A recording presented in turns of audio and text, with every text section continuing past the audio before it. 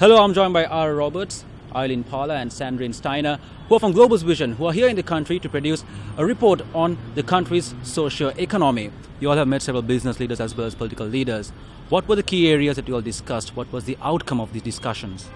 Look, we've discussed an array of things. Of course, we've looked at Sri Lanka starting from the beginning of the year, that there's been a new leaf of progress, as well as how Sri Lanka is performing economically within South Asia, of course having a very robust economy.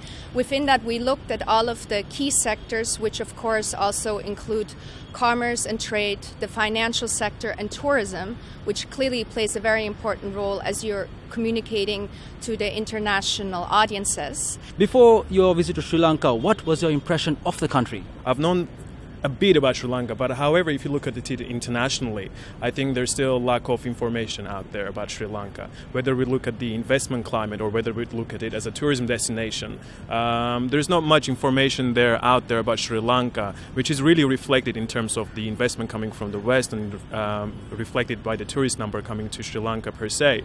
So definitely the country needs to communicate further. What have you gathered during your brief stay in the country? Well, I didn't really know what to expect at first, and I came here and I was very pleasantly surprised. I feel like it's a very nice and safe place. What do you believe that Sri Lanka holds for the future? I feel like there's a lot of potential in this country, and I feel like the more we learn and the more the international crowd gets to know about it, it's just going to grow into a much stronger country.